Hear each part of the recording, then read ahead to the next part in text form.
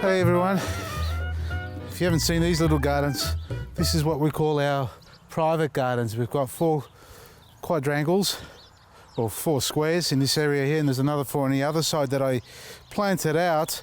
Now, I haven't ventured out here until now, and that's probably been about a month, 2 months, even though I walk past it every day. I've been hedging the English box. I've done everything else besides the inside walls. And my topic here today is the chilies. Now, this is where I grew 4 chili plants, and you can see we've got the Bishop's Crown, we've got Monzano Reds here. These are Monzano Reds, have a look at them. And you can see, look at the vibrancy on this plant here, how it's nice and green still. You know, oh, look at that, we've got a weed growing in the middle there. Don't worry about that. But it's alive, it's dropped its light leaves on the outside, but it hasn't got any dieback. So this is quite, it's more resistant to the cold weather than the Monzano Red is, because have a look at this. Look at the leaves, see how they died back? And that's frostbite basically. The cold weather's knocked this out a bit. We've got a lot of fruit on it. I've got to harvest all this. I'm not even going to try this on camera because you know what's going to happen. It's going to burn a hole in my backside. First in the mouth and then the backside. So this stuff here, if you've got a chili plant, any of them, and if it looks like that, you're lucky. If it looks like this, well, just fingers crossed it doesn't die back anymore. And we said that before, if you've got some chilies that you love, don't prune them now, let them overwinter because they'll have a lot of dieback on them. Some more than others. Wait for the end of August or mid to late August when you see new growth coming on, or the weather starts to warm up, and that means the sap's flowing, so the plant's natural defense mechanism kicks in again. You cut them back there. Now, that's these 2 chili plants. And for example, these are the other ones here. Look at that, that's died back completely down to there. That's probably not going to make it through, it's a bit wobbly. This one looks okay, it's quite sturdy, you can see a lot of vibrancy and green in it. The aim here is to basically leave them alone, do not disturb them, do not prune them, because you're going to push energy into them and hopefully they'll start sprouting up, and that's what you don't want. And you want to do that in August. Stevia plant as well, see part of the plant's died off. So this is the overwintering, so you can allow your plants to overwinter. They look a little bit ratty, worse for wear, but at the end of the day, they need to go through this cycle and the flowers and the seeds to fall down, so they may germinate their own again. Now you can collect the seeds if you like, or you can let them just fall to the ground and gather whatever ones actually germinate and transplant them. I don't need too much of that, we hardly use it, it's just more of a feature for us.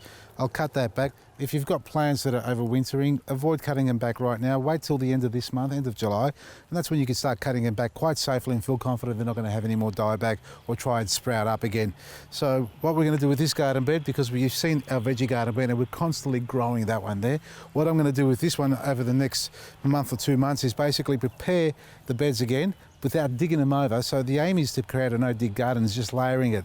And what we did here, as I did in those other veggie garden beds, is basically put my compost, black grit, my mulch and all my wonderful liquid fertilizers, and you can see it's broken down. So the pea straw, although I didn't put a super thick layer on it on top, it is starting to wear off because of the trampling that I've walked in here. So we're just going to top dress this again with compost, black grit and mulch on top again, and leave the irrigation underneath there, and that we just plant back into. So these beds will be more like chili plants, herbs that can stay here for a couple of years at least, hopefully. But look, we're going to get a lot of germination from things that we didn't plant, like cherry tomatoes. Have a look at this little creature.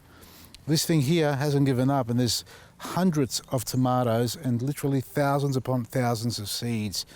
I don't need to sow any cherry tomatoes on this property. I'm just going to do my big malaccas and just whatever happens here. And I was told by the family that if they germinate, pull them out before they get too big, but I didn't have the heart. And you know, looking back now, I should have, because they took over everything. Now this is a variegated leaf, kumquat. It's got 2 colour leaves here. Here's a good example. If you can see that, see the yellow on the outside and the green in the inner center part of the leaf there. That's a bicolour leaf.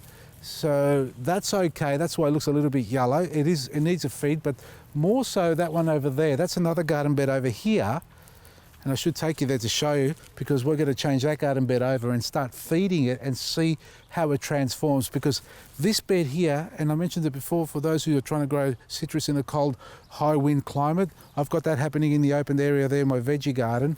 Here it's well protected and these trees are good, but that one there's yellowed off. Whether it's too much water, maybe not enough nutrients in the soil for that type of tree, or for citrus tree, I don't know yet, but we're going to fix that. We're going to compost it, liquid fertilize it, the irrigation's off, and let's see how it progresses over the next 2, 4, 6 weeks.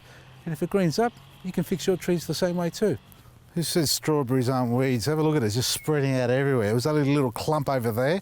We've got our sage, and this is my dill plant, and I collected a lot of seed of this. Oh, I haven't sown it yet. But that's okay, because guess what? It's self-sowing. Just shake, and they all fall to the ground. And all I need is one or two to germinate. Oh, look at all these seeds fall out. Look at that beauty, eh? That's how you do it, folks. It cost me nothing. Just a little bit of tender loving care. So yeah, this is a citrus tree. Look how yellow it is. Now, it's not a new variety. I'm not going to patent this. It's not a yellow leaf citrus. It's a citrus tree that's just gone yellow on me. We'll fix that. Don't worry about that. We'll get back to that and watch it over the next 2 or 3 weeks, 4 weeks, whatever it takes. Start liquid feeding, compost and manure, and hopefully it greens up. I'm sure it will.